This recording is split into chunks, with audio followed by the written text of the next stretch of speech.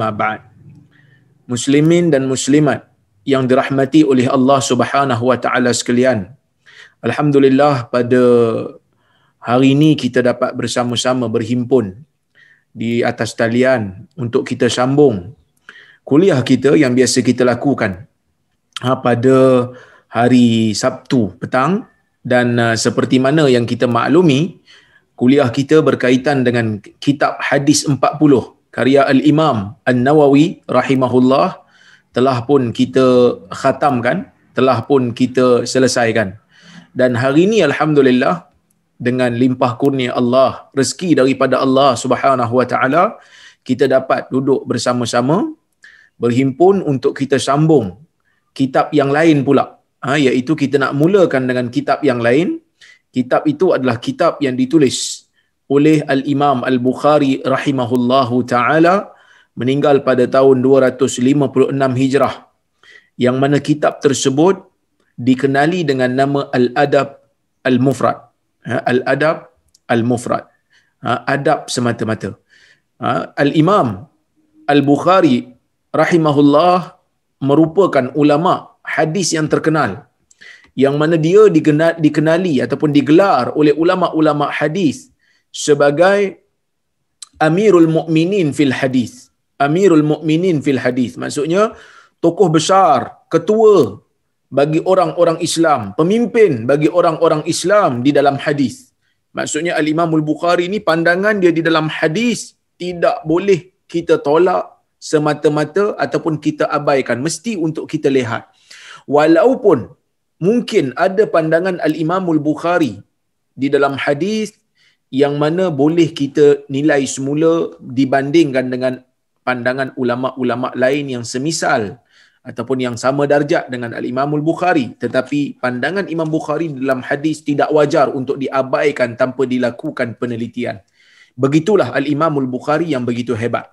Dan tuan-tuan dan puan-puan rahmati Allah sekalian, kita kena tahu, bila berbicara tentang Al-Imam Al-Bukhari rahimahullah, nama dia bukan Al-Bukhari lah, nama dia Muhammad bin Ismail. Muhammad bin Ismail. Digelar Al-Bukhari kerana dia berasal daripada satu bandar yang terletak dalam negara Uzbekistan sekarang ini, iaitu daripada bandar Bukhara.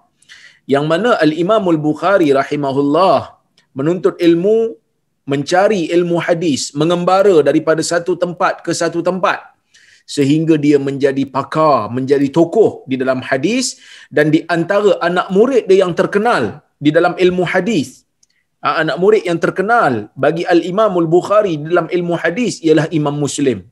Kita biasa dengar Sahih Bukhari dan Sahih Muslim, yang mana Sahih Muslim tu karya Al-Imam Muslim Ibnul Hajjaj, yang mana Imam Muslim Ibnul Hajjaj merupakan anak murid kepada Al-Imam Al-Bukhari, mengambil faedah daripada Al-Imam Al-Bukhari, mengambil faedah ilmu daripada Al-Imam Al-Bukhari.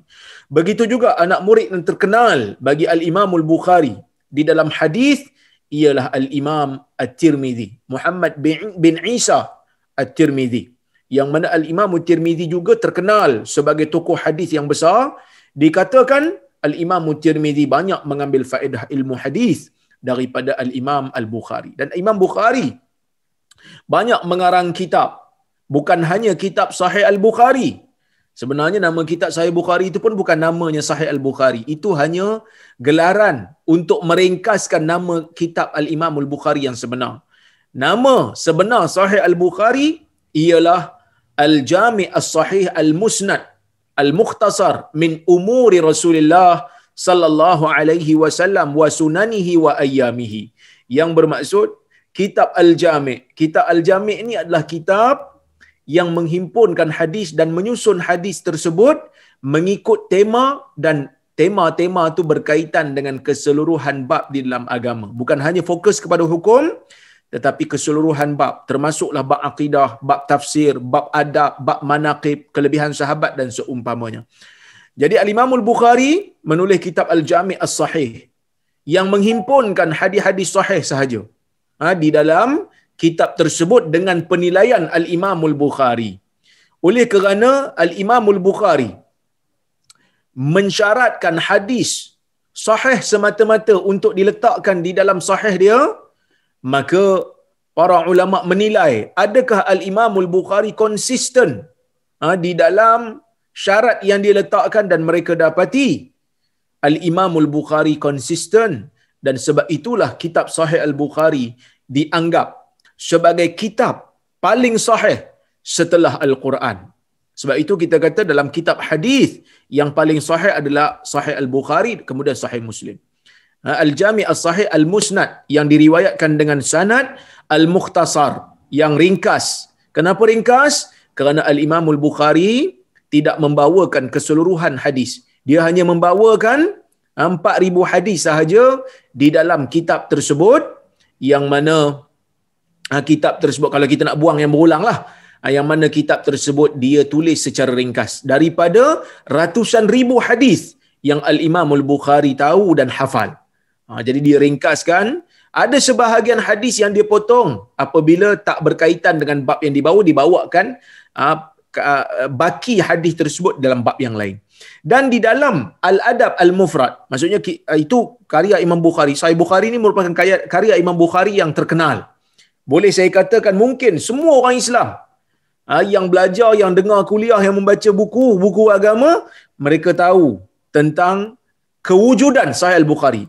Kalau tak baca pun mereka tahu. Adalah Sahih Bukhari ni walaupun tak pernah buka. Tetapi Al-Imam Al-Bukhari tidak hanya menulis Sahih Bukhari semata-mata. Imam Bukhari menulis dalam banyak kitab-kitab yang lain. Imam Bukhari banyak menulis kitab-kitab yang lain. Sebahagiannya berkaitan dengan periwayatan hadis, dan sebahagian yang lain berkaitan dengan kritikan-kritikan ataupun pengenalan biografi terhadap perawi-perawi hadis. Imam Bukhari dia tulis kitab Ad-Du'afa, At-Tarikh Al-Kabir, menyatakan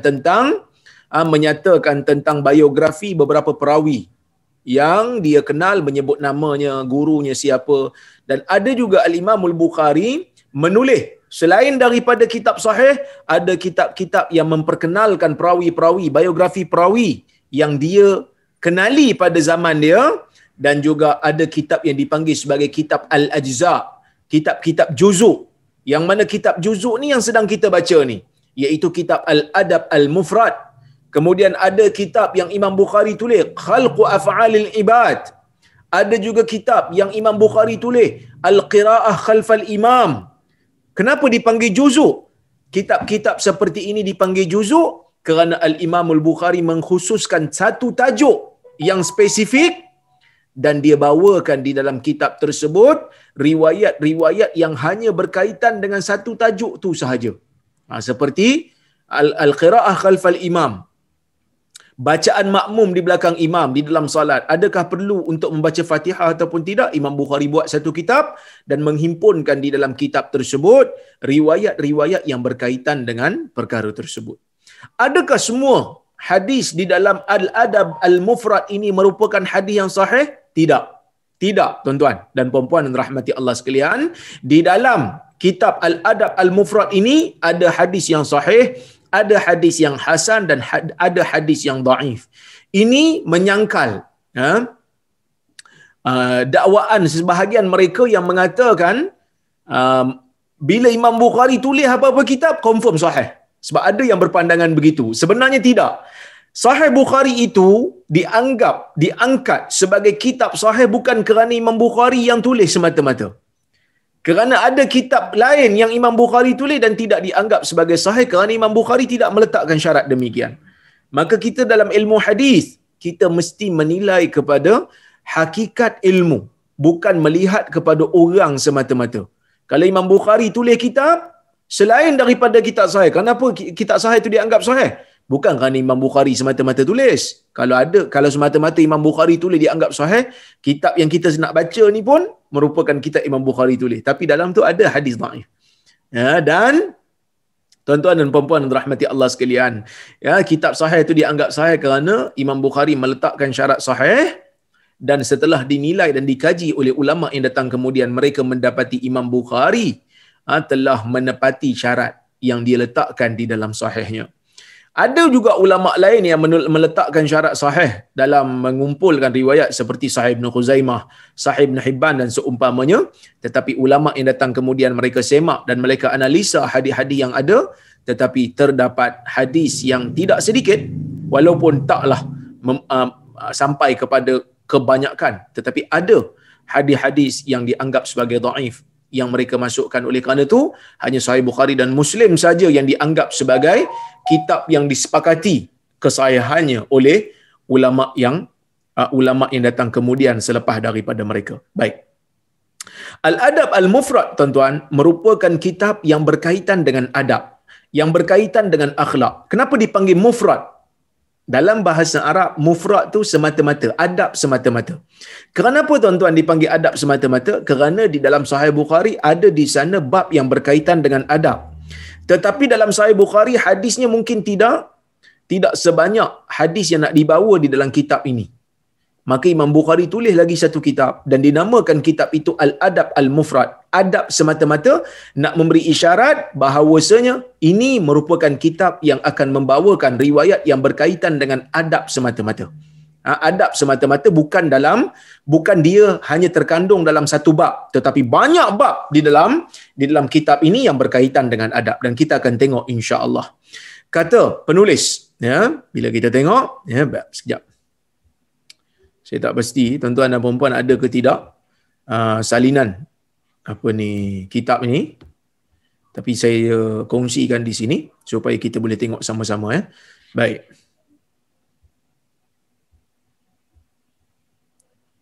Bismillahirrahmanirrahim. Dengan nama Allah yang Ar-Rahman dan Ar-Rahim.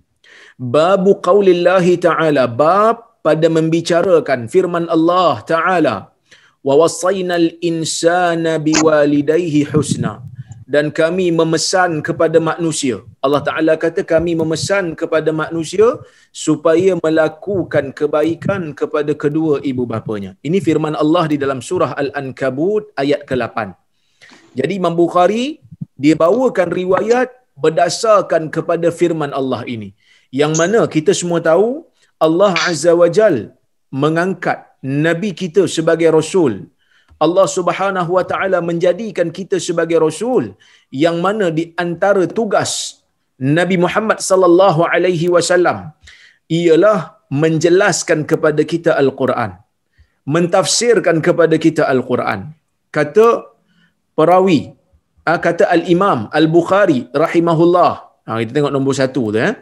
Nombor 1 tu dia kata Al-Imam Al-Bukhari, haddatsana Abul Walid qala haddatsana Syu'bah qala Al-Walid ibn Al-Aizar akhbarani qala sami'tu Aba Amr Asy-Syaibani yaqul haddatsana sahibu hadhihi ad-dar wa awma'a biyadihi ila dari Abdillah qala sa'altu an-nabiy sallallahu alaihi wasallam ayyul amali ahabbu ila Allah azza wa jal qala as-salatu ala waqtiha qultu thumma ay qala thumma birrul walidain qultu thumma ay qala thumma al-jihad fi sabilillah qala haddathani bihin walau istazadtuhu lazadani. Hadis ni merupakan hadis yang sahih, yang mana Al-Imam Al-Bukhari meriwayatkannya di dalam bab bir wasilah, dan juga Imam Muslim juga meriwayatkan hadis ni. Tuan-tuan dan puan-puan yang rahmati Allah sekalian, maksud hadis ni adalah yang pertama, hadis yang pertama ni kata Al-Imam Al-Bukhari, haddatsana Abul Walid, telah bercerita kepada kami hadis ini Abul Walid. Katanya telah bercerita kepada kami hadis ini Syu'bah. Katanya telah bercerita kepada kami Al-Walid ibn Al-Aizar. Yang mana dia kata Al-Walid menceritakan kepada saya, dia kata aku mendengar Abu Amr Asy-Syaibani mengatakan, Abu Amr kata pemilik bagi rumah ini telah bercerita kepada kami satu hari. Dia kata dulu pemilik rumah ni bercerita, dan dia menghalakan tangannya ke rumah Abdullah, iaitu Abdullah bin Mas'ud.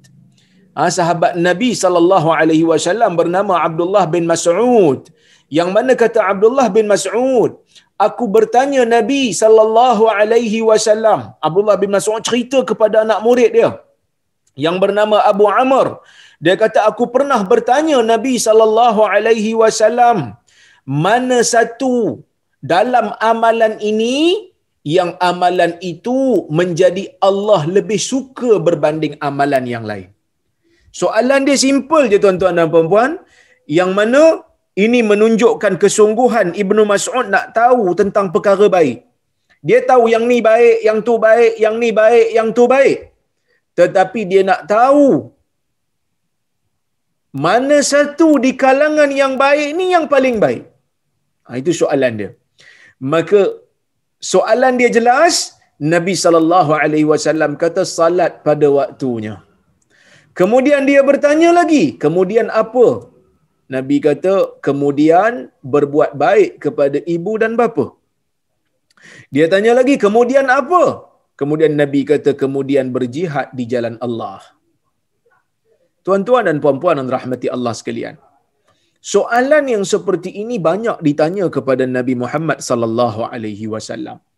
Ada sebahagian sahabat kata, ya Rasulullah, ayyul islami khair? Ya Rasulullah, mana satu Islam yang paling baik?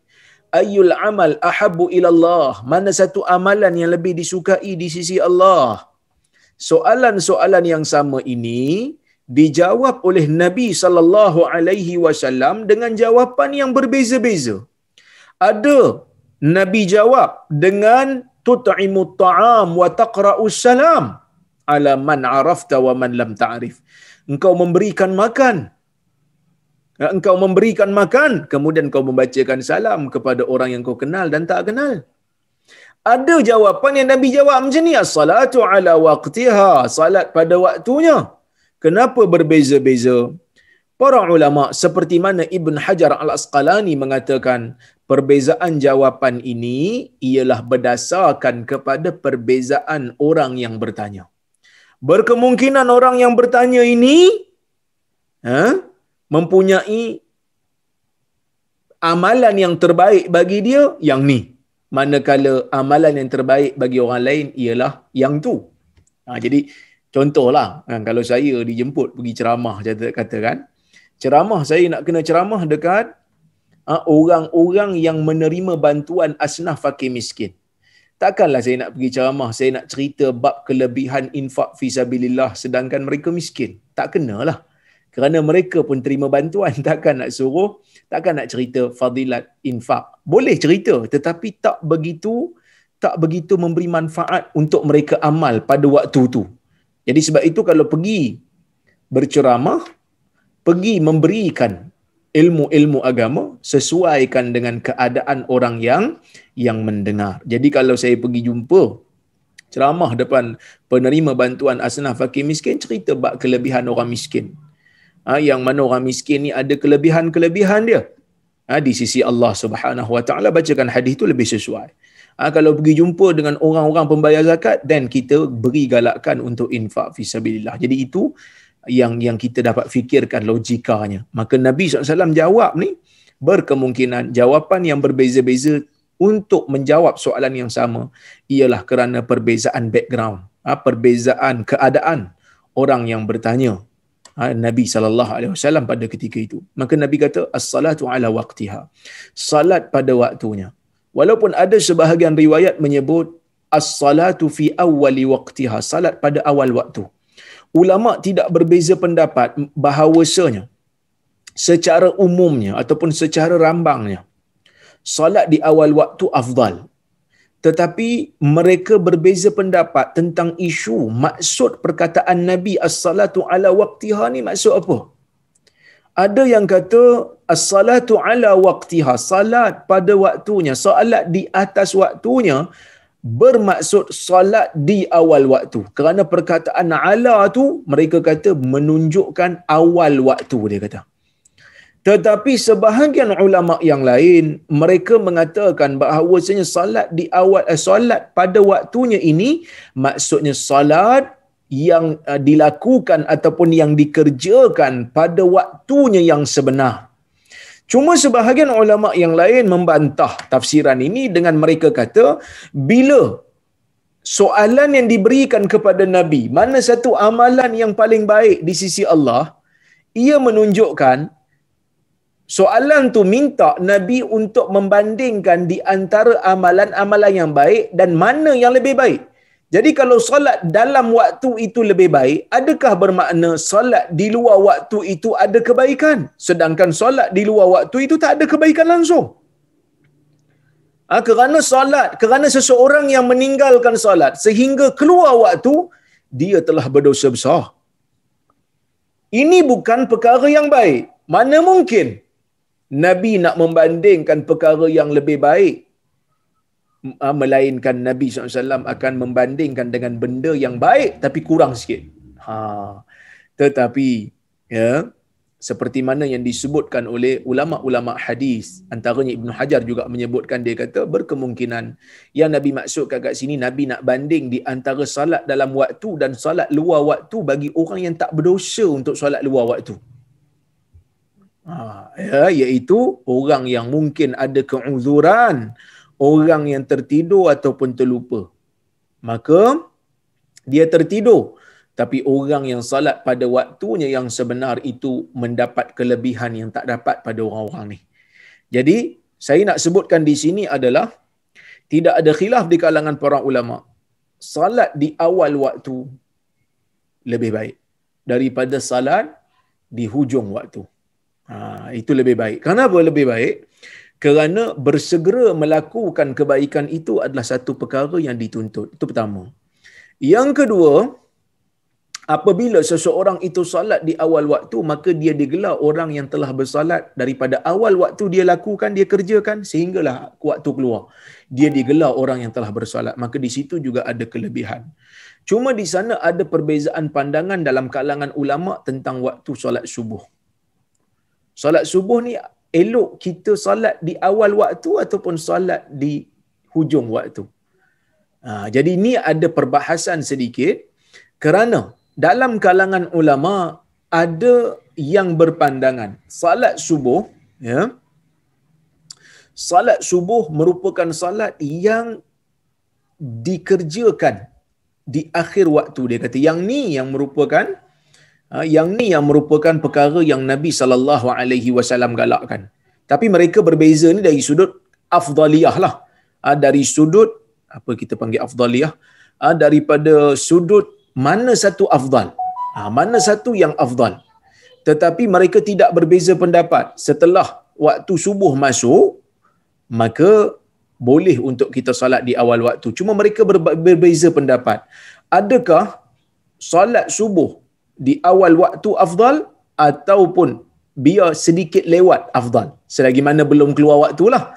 Dalam isu ni ada beberapa pandangan, ada dua pandangan. Pandangan yang pertama adalah pandangan al-Imam, pandangan mazhab ulama Hanafi. Mereka mengatakan bahawasanya subuh ni elok untuk dilewatkan, dia kata. Cerahkan sedikit. Tapi bukan sampai terkeluar waktu dah, cerahkan sedikit. Yang mana ya, menurut mereka ini merupakan perkara yang Nabi SAW galakkan. Kerana dalam hadis riwayat al-Imam Tirmizi, yang mana Nabi SAW bersabda, asfiru bil fajr fa innahu a'zamu lil ajr. Cerahkan sedikit subuhmu, kerana ia merupakan perkara yang lebih besar pahalanya. Jadi bila Nabi kata cerahkan sedikit, biar nampak cerah sedikit, menunjukkan salat fajar itu ataupun salat subuh itu dilakukan dilewat sikit lah. Ini pendapat mazhab Hanafi. Saya ada pengalaman tuan-tuan, masa pergi ke Uzbekistan bersama dengan Mufti Perlis, yang mana Uzbekistan merupakan mazhab Hanafi, mazhab rasmi dia. Jadi kami pergi salat subuh di masjid dia, pergi dalam keadaan masih gelap, waktu subuh baru masuk, menunggu imam dia tak keluar-keluar. Bila dah cerah sikit, baru mereka keluar dan salat. Kerana mereka bermazhab Hanafi. Yang mana tuan-tuan dan puan-puan rahmati Allah, hadis ini walaupun sanad dia sahih, tetapi majoriti ulama mereka mentakwilnya. Walaupun Hanafi berpegang dengan pendapat zahir bagi hadis ni, tetapi majoriti ulama berpandangan Tak, solat subuh pun sama macam solat-solat yang lain, sunat untuk diawalkan. Yang mana di dalam hadis yang lain Nabi SAW kata Jabir, Nabi SAW salat subuh ketika mana hari masih gelap, hari masih gelap. Jadi mereka mentakwilkan, hadis. Mereka mentakwilkan hadis yang Nabi suruh mencerahkan subuh itu. Sebahagian mereka kata cerahkan subuh itu ialah dengan makna pastikan subuh itu dah masuk baru kita salat. Pastikan salat subuh ketika mana fajar telah terbit betul-betul. Dia kata. Ini pendapat yang mana dinukilkan oleh sebahagian ulama, seperti yang dinukilkan oleh Imam Tirmizi di dalam sunan dia. Dia kata isfar tu asfiru bil fajr, maksudnya jadikan solat subuh kamu ni dilaksanakan betul-betul ketika fajar terbit betul. Bukannya kita syok lagi, bukan kita wasangka lagi. Bukan maksudnya sampai cerah betul-betul, bukan maksudnya lewatkan solat. Tetapi sebahagian ulama tidak bersetuju dengan tidak bersetuju dengan tafsiran ni, kerana Nabi kata cerahkan subuhmu kerana ia lebih banyak pahala, lebih besar pahala. Jadi kalau solat tak cerah, ada pahala tapi tak besar lah. Sebab Nabi memandingkan yang mana yang baik dan yang mana yang lebih baik. Solat sebelum fajar terbit, mana ada pahala kerana solat tak sah. Jadi sebahagian mereka mengatakan yang dimaksudkan oleh Nabi itu, cerahkan subuhmu ialah solat subuh di awal pagi, di awal waktu, dan panjangkan sedikit sehingga apabila kamu solat, apabila kamu memberi salam, sehingga kamu rasa subuh itu telah cerah. Maksudnya panjangkan solat subuh. Dan saya wallahu alam nampak takwilan ini lebih kenalah. Takwilan ini lebih tepat dengan apa yang ada di dalam riwayat-riwayat yang lain, iaitu Nabi SAW solat subuh dalam keadaan di awal waktu. Wallahu alam. Jadi tuan-tuan dan puan-puan yang dirahmati Allah sekalian, ini berkenaan dengan solat pada waktunya. Solat pada waktunya mempunyai kebaikan. Dan bila kita solat di awal waktu, ia merupakan satu kelebihan yang lain. Jadi kalau kita solat pada waktunya, kita akan dapat pahala. Kerana solat pada waktunya merupakan ketetapan, kewajipan daripada Allah. Dan bila kita mendahulukan, mengerjakan solat awal, ia memberikan satu kelebihan yang lain, iaitu waktul fadilah, waktu padanya ada kelebihan. Kemudian bila Nabi kata salat pada awal waktunya, salat pada waktunya, dan kita dah sebut salat pada awal waktu lebih baik daripada di akhir waktu. Kemudian Ibnu Mas'ud bertanya Nabi SAW lagi, dia kata qultu thumma ay, kemudian aku bertanya kepada Nabi, kemudian apa? Maksudnya lepas daripada amalan ni yang terbaik, amalan apa pula yang datang? Kemudian kata Nabi, birrul walidain. Birrul walidain, buat baik, berbakti kepada kedua ibu bapa. Qultu thumma ay, kemudian aku tanya lagi, kemudian apa? Nabi kata thummal jihadu fi sabilillah, kemudian berjihad di jalan Allah. Kata Ibnu Mas'ud, haddatsani bihin, Nabi sebut semua ni kepadaku. Nabi sebut semua ni kepada aku.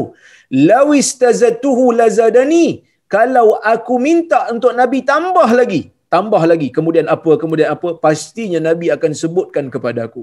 Tuan-tuan dan puan-puan yang dirahmati Allah sekalian, di sini sebelum saya nak hurai makna-makna yang lain, mungkin ada di kalangan kita yang terperasan di dalam kitab ini ataupun di dalam hadis ini, Ibnu Mas'ud ada menggunakan perkataan law, yang mana dalam riwayat yang lain ada Nabi SAW tak bagi menggunakan perkataan jika ni.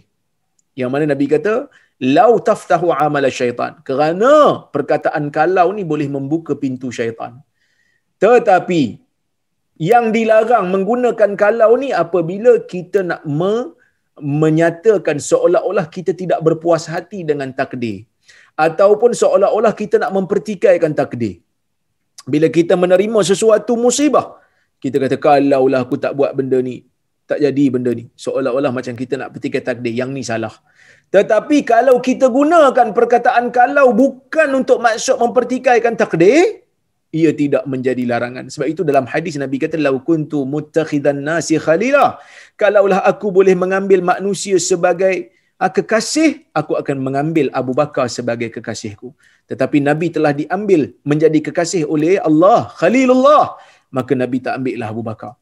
Begitu juga kalau perkataan lau itu ditujukan untuk mendapatkan sesuatu dalam perkara dunia dan juga untuk mendapatkan sesuatu yang lebih baik daripada apa yang kita dapat sekarang. Bukan mempertikaikan, tetapi bersemangat untuk mendapatkan sesuatu yang lebih baik. Jadi, lau yang digunakan oleh Ibn Mas'ud kat sini bukan untuk mempertikaikan takdir, tapi nak bagi tahu betapa Nabi SAW sanggup melayan soalan Abdullah bin Mas'ud, menunjukkan Nabi SAW merupakan guru yang baik. Jadi tuan-tuan dan puan-puan yang dirahmati Allah sekalian, ya. Kalau kita tengok kat sini ada beberapa perkara yang kita boleh ambil. Syekh ni dia huraikan maksud hadis ni, dia kata di antara fiqh hadis, pengajaran yang kita boleh ambil daripada hadis ni, dia kata al-hasu 'alal muhafazah 'ala salawat fi awqatiha. Hadis ini menggalakkan kita untuk melaksanakan salat pada waktunya. Yang ni saya dah hurai dah tadi. Jangan kita salat di luar waktu tanpa ada sebab. Kalau jamak takhir dan jamak takdim tu tak ada masalah. Yang tu kerana ada dalil yang membenarkan. Kerana ada dalil yang membenarkan bagi orang musafir dan juga bagi orang yang berada dalam kesukaran yang teramat sangat mengikut mazhab Hambali. Itu kita dah bincang dan tuan-tuan dan puan-puan pun dah tahu dah benda ni. Kemudian yang kedua, hadis ini menjelaskan kepada kita kelebihan untuk memuliakan ibu bapa. Sebab itu ayat Quran tadi dah bagi tahu dah. Allah Azza wa Jal menurunkan dalam surah Al-Ankabut pesanan kepada kita orang Islam supaya orang Islam ni dapat menghormati, memuliakan ibu bapa. Walaupun ibu bapanya itu bukanlah orang yang saleh, walaupun ibu bapanya itu bukan orang Islam, tetapi selagi mana dia digelar ibu dan bapa kita, maka kita diwajibkan untuk mentaati, berbakti dan melakukan kebaikan kepada mereka berdua. Saya teringat lagi tuan-tuan, di UPSI, saya bertugas di UPSI. Di UPSI ni tuan-tuan dan puan-puan, dia macam universiti lain jugalah, ada waktu-waktu convocation. Ada waktu-waktu kita buat majlis convocation nak menyerahkan dan nak meraihkan orang-orang yang menerima sijil daripada kalangan pelajar. Jadi pensyarah-pensyarah ni kena bertugas lah melakukan perarakan akademik. Perarakan akademik ni maksudnya pensyarah kena berbaris beratur, naik atas pentas sambil pakai topi tu lah. Saya pun tak tahu topi tu apa nama, tapi pakai jubah. Ia merupakan perkara yang telah menjadi tradisi lah di universiti. Jadi yang menyampaikan scroll sijil tu mungkin chancellor, chancellor lah, sama ada sultan ataupun permaisuri kalau dia untuk universiti kerajaan lah, universiti awam, ataupun pro chancellor. Pro chancellor ni dia punya pro chancellor ni lantikan universiti lah yang berada di bawah chancellor. Tuan-tuan dan puan-puan rahmati Allah sekalian, ada satu pengalaman saya bila duduk atas pentas tu, saya mendengar satu ucapan seorang pro chancellor, salah seorang daripada pro chancellor UPSI yang bernama Allah Yarham ataupun Allah Yarhamuh, iaitu almarhum Tan Sri Abdul Rahman Arsyad, yang merupakan tokoh pendidikan dalam negara kita, yang mana dia mempunyai satu ucapan yang sangat baik pada waktu itu. Dia bila dia berucap, dia akan ingatkan kepada mahasiswa tentang tanggungjawab ilmu mereka yang mana mereka telah dapat ilmu untuk dibawa berjumpa dengan masyarakat, mendidik masyarakat, menjadikan masyarakat pandai. Itu pertamalah. Yang kedua, ingat tentang pengorbanan ibu dan bapa. Ingat pengorbanan ibu dan bapa yang telah menjadikan mereka ini manusia yang berjaya. Entah berapa banyak air mata yang telah ditumpahkan demi untuk menjadikan seorang anak mereka bergelar siswazah. Oleh kerana itu dia kata diingatkan. Cuma ada satu perkataan dia yang bagi saya, bila dia sebut itu, betul-betul menusuk jiwa saya. Dia kata, apabila kita bekerja, apabila kita menjadi guru, kerana student UPSI ini banyak akan jadi guru. Apabila kita menjadi guru, kita akan menerima gaji. Kita akan menerima bayaran upah daripada kerajaan, daripada majikan, atas khidmat kita untuk kita menggunakannya dalam perbelanjaan harian kita. Tapi dia kata, sekali-kali jangan kita lupakan pengorbanan ibu bapa. Yang mana anak-anak ni mungkin apabila mereka bekerja disebabkan komitmen yang begitu banyak. Mungkin ada di kalangan anak-anak apabila nak menghulurkan sedikit duit kepada ibu dan bapa, mereka terfikir, tak cukup pula duit pada bulan ni. Miss pula duit pada bulan ni. Ya? Kekurangan pula duit belanja pada bulan ni. Jadi bulan ni tak boleh bagilah pada mak ayah. Bulan ni tak boleh nak beri sumbangan pada mak dan ayah. Sumbangan bulanan tak boleh nak bagi. Sebab apa? Sebab komitmen kita banyak. Dia kata mungkin. Tak apalah dia kata. Bulan depan cuba untuk bagi. Bulan ni kita miss lah. Bulan ni bawa tak tahu je lah. Ada mak dan ayah yang tak minta. Walaupun ada yang minta. Tapi kebanyakan mereka tidak minta belanja daripada anak, dia kata. Tetapi cuba kita bayangkan. Kita yang berfikiran begini, yang sanggup menangguhkan belanja untuk diberi kepada mak ayah. Cuba kita fikirkan, pernah tak mak dan ayah kita berfikir demikian ketika membesarkan kita? Ketika mana susu kita habis, pernah tak mak ayah kita kata, short pula belanja bulan ni.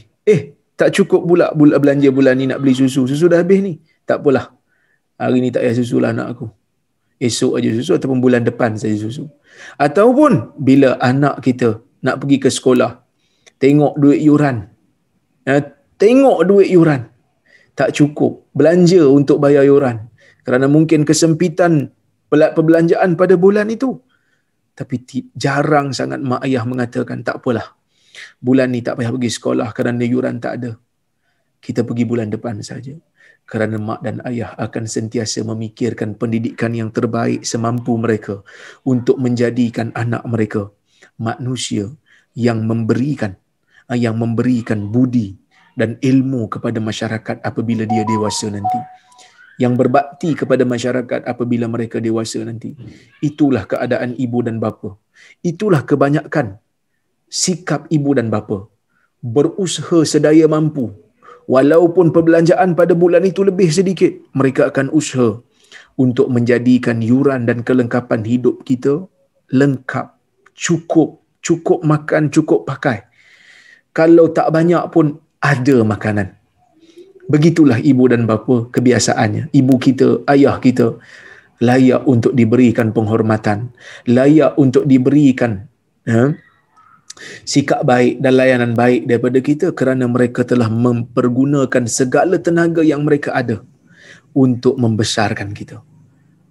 Meminjam mungkin ada. Mak ayah ni mungkin meminjam untuk pendidikan kita. Mungkin meminjam pada orang lain untuk menjadikan kita boleh pakai dan boleh makan. Tetapi mereka tidak mencuri sekali-kali untuk membesarkan kita. Jadi sebab itu Islam galakkan kita, bahkan wajibkan kita untuk mentaati kedua ibu bapa atas setiap jasa yang mereka lakukan kepada kita. Jadi kita tuan-tuan hidup di zaman di mana mungkin kita ni ada banyak komitmen, sibuk. Setidak-tidaknya kalau tidak mampu untuk balik ke kampung, terutama di zaman COVID ni, paling tidak angkat telefonlah mereka. Berikan salam kepada mereka, tanyalah khabar mereka. Kalau ada duit lebih, kalau ada belanja yang sedikit lebih, hantarkanlah kepada mereka. Mereka bukan nak jadi kaya dengan kita. Mereka bukan nak jadi kaya dengan harta kita. Tetapi mereka inginkan perhatian daripada kita. Kerana apa? Kerana mereka telah membesarkan kita. Memberikan kasih sayang tanpa syarat. Unconditional love. Kasih sayang yang tidak ada syaratnya. Kasih sayang yang tidak ada batasnya kepada kita. Oleh kerana itu, Islam datang memberikan satu hukum yang selari dengan fitrah, yang selari dengan realiti. Orang yang berjasa perlu dibalas jasanya. Orang yang telah memberi sesuatu yang baik perlu diingati dan dikenang mereka ini. Maka ambil telefon tuan-tuan. Paling tidak seminggu sekali ambil telefon tanya khabar. Tanya khabar supaya mereka rasa tenang mendengar suara kita. Tuan-tuan dan puan-puan yang dirahmati Allah sekalian. Hadis ni juga menjelaskan kepada kita bahawasanya sahabat Nabi SAW begitu bersungguh di dalam nak mencari kebaikan. Sebab apa? Sebab mereka berlumba-lumba nak melakukan kebaikan, maka mereka bertanya pada Nabi sallallahu alaihi wasallam, mana satu amalan yang terbaik? Sebab umur kita ni ialah umur yang ada tempoh masanya. Umur kita ni Allah Ta'ala telah tentukan dan kita tak tahu bila ia akan berakhir. Oleh kerana itulah golongan sahabat apabila menyedari hakikat ini, mereka berusaha. Ya, mereka berusaha untuk menjadikan amalan mereka itu sebagai amalan yang terbaik. Dan Nabi SAW dalam hadis ni dikatakan, ditunjukkan bahawasanya Nabi begitu sabar, Nabi begitu tenang dalam menjawab jawapan yang diberikan oleh para dalam menjawab kepada soalan yang diberikan oleh para sahabat, menunjukkan bahawasanya Nabi adalah seorang guru yang baik. Sebab kadang-kadang tuan-tuan, ada juga waktu-waktu di mana kita mungkin tersilap tindakan. Apabila orang tanya kita satu soalan, kita gelak dengan soalan tu. Soalan ni tak payah tanyalah. Soalan ni tak payah tanyalah Syekh. Soalan ni budak-budak boleh tanya Syekh. Sedangkan yang bertanya itu memang betul-betul nak tahu. Mana kita tahu berkemungkinan bila kita jawab dengan jawapan yang betul, mungkin dia akan jadikan sebagai amalan harian dia. Dijadikan sebagai amalan mingguan dia, yang mana kita yang menyatakan satu kebaikan kepada dia dan diamalkan dan disampaikan pula pada orang lain, kita akan mendapat pahala yang banyak. Mungkin apabila kita herdik dia, kita hina dia, kita ketawakan dia atas satu soalan yang diberi kerana kita rasa soalan tu soalan yang lekeh, mungkin akan menyebabkan dia terus give up, dia terus marah dengan orang-orang agama dan akhirnya dia terus menjadi orang yang sesat dan terus berada di atas maksiat. Maka kita menjadi penyebab kepada dia terus untuk berada dalam keadaan demikian. Pastinya kita juga akan dipertanggungjawabkan di hadapan Allah. Jadi sebab itu tuan-tuan dan puan-puan rahmati Allah sekalian, bagi mereka yang ada sedikit kelebihan ilmu, apabila ditanya oleh orang-orang awam dengan soalan-soalan yang kadang-kadang dia kata soalan tu simple, tapi jawab dengan elok. Kalau dia tanya dengan elok, kita boleh tahu kalau ditanya tu tanya elok ataupun tanya poli. Tapi kalau dia tanya elok, kita jawablah dengan elok. Kerana apa? Kerana mungkin dia tu datang baru nak belajar agama, baru nak sedar. Sebab dulu pernah juga kita buat satu apa kita panggil, saya ada dijemput oleh satu NGO dulu untuk bentangkan satu tajuk. Bila pergi sampai sesi soal jawab, ada seorang ni dia bertanya lah, soalan dia tu macam soalan macam nak mempertikaikan sikit. Dia kata, kenapa dekat Malaysia ni tak habis-habis kursus solat, mengajar pun solat. Dia kata tak ada benda lain ke? Saya kata, puan, kalau puan rasa puan dah pandai solat, alhamdulillah, itu merupakan perkara yang baik. Tetapi kita jangan lupa, dalam dunia ni ada orang yang baru lahir, ada orang yang baru balik, ada orang yang baru mumayyiz, yang mana mereka ini perlu untuk tahu hukum-hukum yang berkaitan dengan solat. Kita dah tahu tak bermakna orang lain tak perlu tahu. Kita dah tahu tak bermakna orang lain telah tahu. Sebab itu ceramah berkaitan dengan solat, ceramah berkaitan dengan akidah, ceramah yang berkaitan dengan sirah Nabi SAW perlu untuk diteruskan. Walaupun kita pernah dengar, tapi kalau kita rasa pernah dengar, nak dengar benda lain. Ia bukan satu paksaan.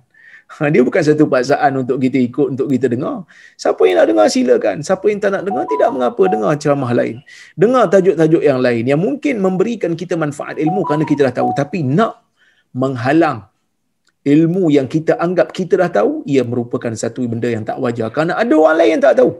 Cerita Isra' Mi'raj umpamanya, berapa ramai di kalangan kita dah tahu, tapi dibuat juga. Kenapa? Kerana ada anak-anak yang baru mumayyiz, yang baru balik, yang mungkin tak pernah dengar. Mereka perlu untuk dengar kisah ini. Kita dulu juga tak tahu benda tu. Tetapi diberitahu kepada kita dan akhirnya kita tahu. Mujur zaman tu tak ada orang nak pelikih je. Tak ada orang kata, alah benda ni dah bincang, tak payahlah, benda ni saya dah tahu. Awak tahu, tidak bermakna orang lain telah tahu. Oleh kerana itu tuan-tuan dan puan-puan, kita kena sabar. Bagi orang yang mengajar orang lain dalam bab agama ni, kena sabarlah. Seperti mana Nabi SAW sabar menjawab soalan-soalan para sahabat. Nabi tak kata, alah soalan ni tak ditanya lah, soalan ni simple. Soalan ni budak tadika pun boleh. Soalan budak tadi kau tanya kat aku ni. Jangan. Selagi mana kita nampak keikhlasan dia, selagi mana kita nampak sifat serius dia untuk belajar, teruskan menjawab soalan dia.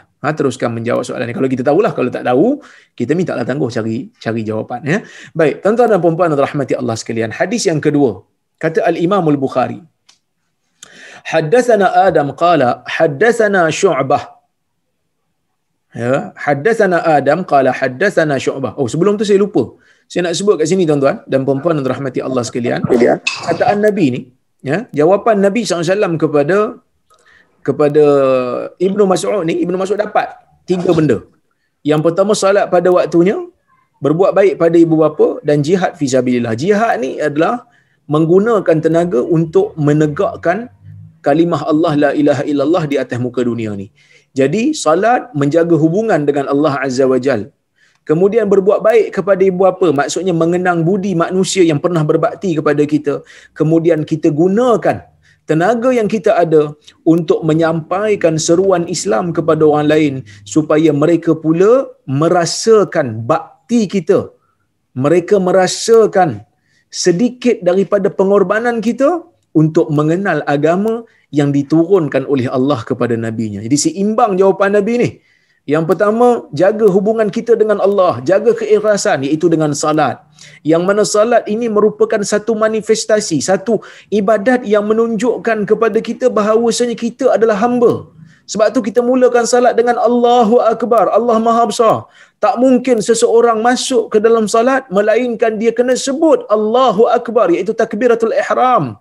Allah itu maha besar. Maksudnya apabila datang seruan Allah untuk aku laksanakan salat, tidak ada seruan yang lebih besar melainkan hanyalah seruan Allah. Dan apabila Allah Ta'ala suruh aku melakukan gerakan salat, ada rukuknya, ada sujudnya, walaupun sebahagiannya tidak aku fahami apakah rasionalnya, seperti bilangan rakaat, seperti kenapa perlu dibaca zikir itu dan ini, seperti kenapa perlu dibaca surah itu dan ini pada solat-solat tertentu, aku tetap laksanakannya.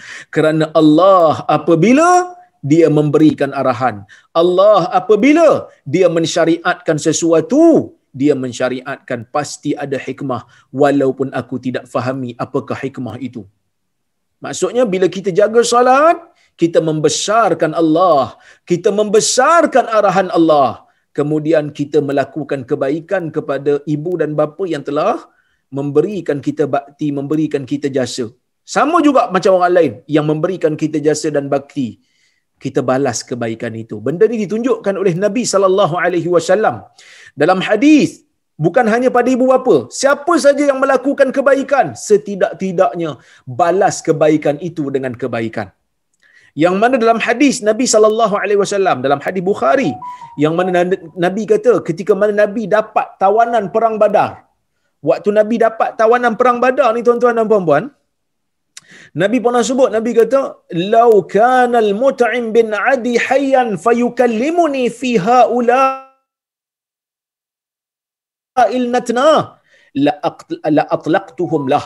Yang bermaksud qamaqal, kalaulah Mut'im bin Adi masih hidup dan dia bercakap dengan aku untuk melepaskan semua kepala-kepala teruk ni, semua manusia jijik ni, iaitu tawanan perang, la atlaqtuhum lah, aku akan bebaskan mereka tawanan ni semata-mata kerana dia. Sebab apa? Mut'im bin Adi pada masa tu telah pun meninggal dunia dan dia tak Islam pun. Tetapi dia telah memberikan jasa kepada Nabi SAW. Apa jasa yang ada? Jasa yang ada ialah antaranya dia berusaha untuk membatalkan perjanjian yang dilakukan oleh orang Quraisy bersama orang Arab lain, memulaukan orang Islam, memulaukan Nabi dan orang-orang Islam pada masa itu dalam perniagaan. Orang nak beli barang, orang Islam nak beli barang, mereka tak jual. Mereka jual barang, orang Islam jual barang, mereka tak beli.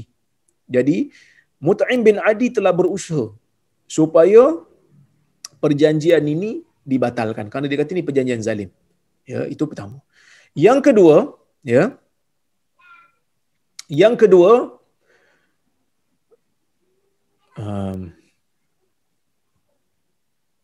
apa saya nak sebut ni, saya lupa dah tuan-tuan. Tiba-tiba terlupa tu.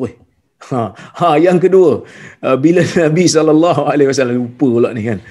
Nabi SAW bila dia pergi ke Taif, dia nak masuk, kan Nabi kena tindas dekat Taif. Nabi geleng-baleng batu dekat Taif. Bila Nabi nak balik, orang Mekah tahu Nabi cari perlindungan di Taif. Nabi nak masuk ke Mekah tak boleh. Nabi takut. Nabi tak boleh masuk. Nabi tak boleh masuk. Kerana Nabi tidak ada orang yang nak memberikan visa pada dia nak masuk Mekah tu. Maka waktu tu Mut'im bin Adi memberikan perlindungan kepada Nabi. Walaupun dia tak Islam, tapi Nabi ajar kepada kita tentang konsep membalas budi dan mengenang jasa. Walaupun orang tu bukan Islam, apatah lagi mak bapak kita, mak ayah kita yang betul-betul berjasa. Yang betul-betul berjasa. Tuan-tuan dan puan-puan yang rahmati Allah, kemudian jihad. Jihad ni adalah proses ataupun usaha untuk menyampaikan dakwah kepada orang lain. Bila dakwah Islam itu disekat di mana-mana tempat, maka datanglah pensyariatan jihad. Bila ada saja permusuhan yang dilakukan oleh mana-mana pihak, maka datanglah konsep ataupun datanglah tanggungjawab untuk kita berjihad. Jihad bukan bunuh orang semata-mata. Jihad bukan nak bunuh orang. Kalau nak bunuh orang, Nabi dah bunuh dah tu tawanan perang Badar, tapi Nabi tak bunuh. Walaupun tawanan perang Badar ni orang yang jahat, yang lanyak Nabi masa kat Mekah, tapi Nabi tak buat. Sebab kita tak dapat apa membunuh orang. Bila mana Islam mensyariatkan jihad, syariat jihad itu disyariatkan apabila permusuhan itu dimulakan oleh orang bukan Islam. Sebab itu kita kata kafir ni ada kafir zimmi dan ada kafir harbi. Kafir harbi je yang boleh diperangi ni. Kafir zimmi tak boleh dibuat apa-apa, dicederakan pun tak boleh. Siapa yang bunuh kafir yang tak memusuh orang Islam, dosa. Nabi kata man qatala muahidan lam yarah raihatal jannah. Atau sesiapa yang membunuh orang kafir yang ada perjanjian damai dengan orang Islam tidak dapat bau syurga. Tak dapat bau syurga dia. Walaupun dia bunuh tu orang bukan Islam. Kerana nyawa dalam agama ni sesuatu yang dipelihara. Walaupun dia bukan Islam. Itu yang kita kena tahu ya. Maka jadi saya nak bagi tahu pada tuan-tuan dan puan-puan yang rahmati Allah sekalian, jihad ni merupakan usaha untuk menolak kemudaratan ataupun menolak permusuhan yang dilakukan oleh orang bukan Islam, oleh sebahagian orang bukan Islam. Itu pertama. Yang kedua, jihad ni disyariatkan adalah untuk memastikan dakwah Islam ni sampai pada semua. Kalau ada orang halang dakwah Islam secara zalim, maka pada waktu tu kita kena laksanakan jihad. Okey, tuan-tuan dan puan-puan yang rahmati Allah sekalian, jihad secara tidak langsungnya boleh difahami ialah proses untuk menyampaikan jasa kepada orang lain, iaitu menyampaikan seruan dakwah. Dan orang yang menyampaikan seruan dakwah kepada orang lain, orang yang berjasa. Kerana dia telah menyampaikan agama Allah kepada orang yang tak tahu. Maka tiga jawapan Nabi ini merupakan jawapan yang sangat seimbang. Dan kita tengok hadis yang kedua. Kata Al-Imam Al-Bukhari. Ya. Kata Al-Imam Al-Bukhari,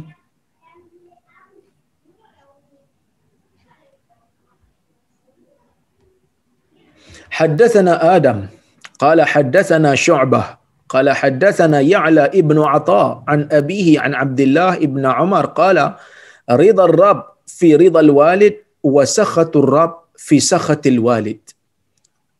Yang bermaksud, telah bercerita kepada kami hadis ini Adam, kata Imam Bukhari lah, ni guru Imam Bukhari, Adam.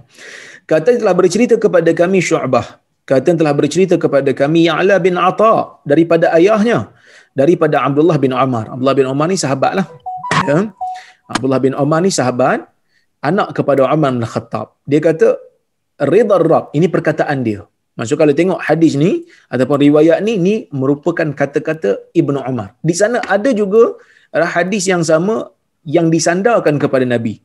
Ada juga. Dan riwayat itu juga adalah riwayat yang diterima oleh para ulama. Ridha Rabb, kata Ibnu Umar, ridha Rabb, keredaan Allah fi ridhal walid, berada pada keredaan ibu bapa. Wa sakhatur Rabb, kemurkaan Allah ada pada kemurkaan ibu bapa. Maksudnya apa ni? Maksudnya Nabi mengajarkan kepada Ibnu Umar, kerana hadis ni juga diriwayatkan daripada Nabi ya. Ibnu Umar nak memberikan kita satu penekanan dan Nabi juga nak memberikan kita satu penekanan. Apa dia? Ketaatan kepada ibu bapa merupakan perintah Allah. Ketaatan Penghormatan kepada ibu bapa, memuliakan ibu bapa merupakan perintah Allah. Dan apabila kita mendapat keredaan ibu bapa dengan kita memuliakannya dan kita mentaatinya, maka kita akan menggapai redha Allah dengan keredaan demikian. Kalaulah kata kita tak menghormati ibu bapa, kita maki hamun ibu bapa, kita memberikan layanan yang buruk pada ibu bapa, ia akan menjadikan ibu bapa itu merasa murka dengan kita, dan murkanya ibu bapa merupakan petanda murkanya Allah Azza wa Jalla. Kerana Allah memerintahkan kita untuk melakukan kebaikan kepada ibu bapa. Jadi tuan-tuan dan puan-puan yang dirahmati Allah sekalian, di kesempatan yang ada ini, bagi mereka yang masih ada ibu bapa, maka hormatilah mereka. Hormatilah mereka, muliakanlah mereka, berikan mereka kasih sayang, berikan mereka panggilan kalau kita tak mampu nak balik. Kalau ada rezeki yang lebih, berbaktilah kepada mereka dengan memberikan sedikit perkongsian rezeki yang Allah Ta'ala berikan kepada kita. InsyaAllah, tuan-tuan, hidup kita akan lebih tenang, hidup kita akan diberkati sebagai seorang mukmin, insyaAllah. Jadi saya rasa saya berhenti dulu di sini setakat ini. Saya tengok kalau ada soalan ataupun komentar ataupun teguran kalau saya ada salah di mana-mana. Ya, baik. Assalamualaikum doktor and everyone. Waalaikumsalam. Yang dibagi salamnya ni. Kita tengok soalan berikutnya. Salam doktor. To confirm what doctor just said, all hadith from Bukhari and Muslim are authentic, but not all hadith from Bukhari are authentic. Although not many are not authentic. Dia macam ni. Saya katakan, mungkin tak faham tadi ya. Mungkin saya punya bahasa pun sukar untuk difahami ya. Maksud saya adalah Bukhari mengarang lebih daripada satu kitab. Dan bukan semua kitab-kitab yang Bukhari tulis itu dianggap sebagai sahih. Hanya Sahih Bukhari saja yang dianggap sebagai sahih. Maksudnya, kalau Imam Bukhari tulis adab mufrad yang kita baca sekarang ni, adakah hadis dhaif dalam ni? Ada. Kita akan jumpa nanti insya-Allah. Ada hadis dhaif. Kita akan jumpa. Takkan dhaif Ustaz? Bukhari yang tulis. Ya, Bukhari tulis. Tetapi bukan semua kitab yang Bukhari tulis dianggap sebagai sahih. Ada kitab-kitab lain yang bercampur di antara hadis sahih, hasan dan dhaif. Habis itu yang orang kata kitab Bukhari sahih, itu hanya kitab sahih Bukhari. Kitab sahih Bukhari saja yang disepakati oleh ulama sebagai kitab yang sahih. Selain daripada kitab itu, tidak, walaupun ditulis oleh Al-Imam Al-Bukhari. Jadi dua kitab yang telah disepakati sebagai sahih di sisi ahli sunnah, iaitulah kitab Sahih Al-Bukhari dan juga Sahih Muslim. Adakah hadis-hadis yang dipertikaikan dalam tu? Ada, tetapi tidak banyak. Yang menjadi khilaf dalam kalangan ulama terhadap status hadis ada dalam Sahih Bukhari dan Sahih Muslim. Dikritik oleh Daraqutni, dikritik oleh Abu Ali Al-Jiyani, dikritik oleh ulama-ulama lain. Tetapi secara keseluruhannya ia sahih. Kalau kata ada kepertikaian pun, kebanyakannya pertikaian tersebut kebenaran pandangan ada pada Bukhari dan Muslim, dan kalau ada memang betul-betul hadis yang mempunyai masalah pada sanadnya, Imam Bukhari masukkan, Imam Muslim masukkan sebagai sokongan. Sebagai sokongan sahaja, bukan sebagai hadis asal. Baik.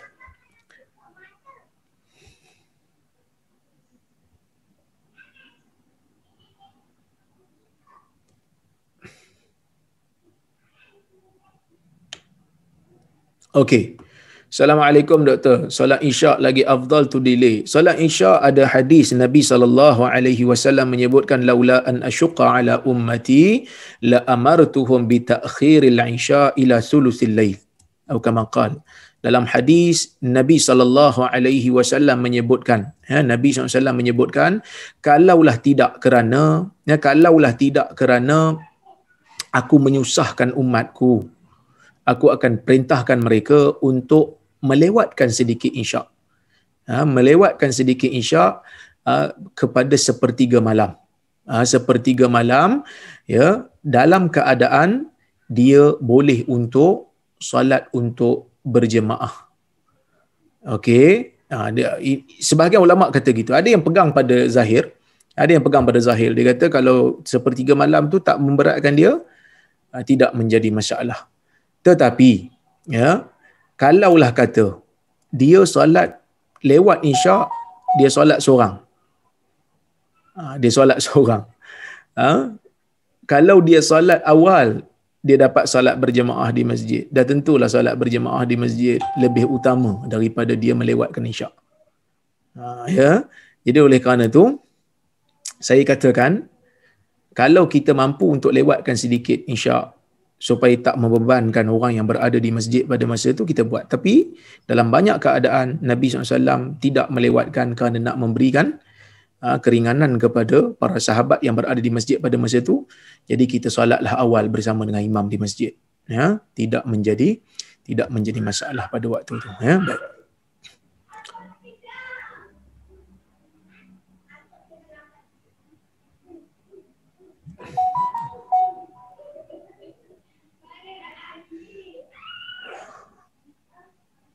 Assalamualaikum Ustaz. Waalaikumsalam. Benarkah doa anak soleh, anak tiri tak sampai kepada ibu bapa angkatnya sebagaimana dalam hadis 3 amalan akan dibawa bila kita meninggal dunia? Tuan-tuan, doa ni pada siapa pun boleh. Dia tak syarat pada anak. Anak mesti anak kepada bapa ke ataupun bapa kepada anak. Cuma dalam hadis tu Nabi kata 3 amalan. Nabi kata bila mati anak Adam, terputus amalannya, melainkan daripada 3. Amalan dia tu sendiri, melainkan daripada 3 ini yang kekal lepas dia mati. Yang pertama, ilmu yang dimanfaatkan, sedekah jariah dan anak soleh. Kenapa anak soleh tu dikira amalan dia? Sebab dia yang memelihara, menjaga, mendidik. Tapi adakah bermakna hanya anak soleh saja doa baru sampai ke ibu bapa? Tak semestinya. Kita kan doa kepada orang Islam yang lain, Allahumma ghfir lil muslimina wal muslimat wal mu'minina wal mu'minat, kan kita doa kan, al ahya'i minhum wal amwat, yang hidup yang mati pada orang muslim kita doakan untuk mereka. Kita berdoa, bahkan selawat kita kepada Nabi itu juga merupakan doa kita kepada Allah untuk Allah berselawat ke atas Nabi. Walaupun kita bukan anak kandung Nabi. Jadi kita jangan salah faham ya. Hadis tu bukan nak meletakkan had doa ni hanya untuk ibu bapa, dah. Hadis nak bagi tahu amalan seseorang itu terputus melainkan daripada 3. 3 ni amalan dia dan kekal. Ilmu tu ilmu dia sampaikan, orang amalkan. Kemudian sedekah jariah dia buat. Lepas tu anak soleh dia didik anak tu, dia beri ilmu sampai anak tu menjadi soleh, dan bila anak tu mendoakan untuk dia, dia akan dapat kelebihan kerana usaha dia sebelum ini. Tetapi kalau orang lain doa kepada kita walaupun dia bukan anak kita, dia doa dalam keadaan ikhlas kepada Allah, kita dapat, insya-Allah. Ya, itu bukan satu masalah. Itu bukan makna hadis, bukan seperti mana yang tuan faham ya. Baik. Khilaf tentang muzik. Bagaimana pula pasal gitar dan sudah termasuk. Bila kita bincang tentang muzik, majoriti ulama mengatakan ia haram. Manakala sebahagian ulama mengatakan ia halal selagi mana digunakan tidak dicampurkan dengan perkara-perkara haram yang lain seperti apa yang kita panggil sebagai lirik-lirik yang syirik ataupun lirik-lirik yang membawa kepada syahwat dan seumpamanya. Oleh kerana itu, tuan-tuan dan puan-puan rahmati Allah sekalian, kalau tanya pendapat saya lah, ya, kalau tanya pendapat saya, kalau dia pilih untuk tak dengar, tu lebih selamat lah. Jangan dengar muzik melainkan gendang sahaja. Gendang saja kerana itu yang dibenarkan oleh majoriti ulama. Tapi kalau dia nak dengar, dia nak pilih pendapat minoriti, tidak menjadi masalah kerana ada hujah untuk minoriti. Walaupun majoriti 4 mazhab tidak membenarkan muzik ni, selain daripada gendang tak boleh, gitar, seruling semua masuklah. Oleh kerana tu, kalau ikut pendapat ni lebih selamat. Tetapi kalau dia nak pilih pendapat minoriti, saya cenderung pada pendapat minoriti selagi mana tidak ada unsur yang mengharamkan dia, tidak ada syirik, tidak ada unsur syahwat yang melampau, tidak ada seruan kepada kufur dan seumpamanya, maka dia dibenarkan. Maka dia dibenarkan. Kenapa hadis-hadis Nabi SAW mencela muzik pada zaman itu? Golongan minoriti kata kerana pada zaman itu apabila dibawa muzik akan dibawa arak sekali, akan dibawa maksiat sekali. Oleh kerana itulah Nabi SAW melarangnya. Wallahu a'lam. Ya, baik.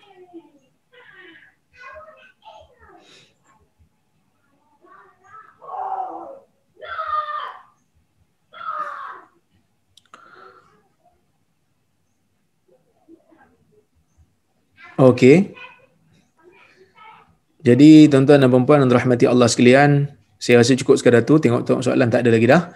Saya rasa cukup sekadar tu. Saya mohon maaf kalau terkasar bahasa tersilap kata. Tengok anak-anak pun dah menjerit dah. Macam-macam suara dia orang ni kat luar kan. Jadi saya rasa terima kasih banyak. Saya ucapkan terima kasih banyak kepada Dr. Azmi, Kak Majini yang telah menganjurkan majlis pada petang ini. InsyaAllah kita jumpa lagi pada masa akan datang. Aqulu qawli hadha wa astaghfirullahal azim li wa lakum. Wassalamualaikum warahmatullahi wabarakatuh.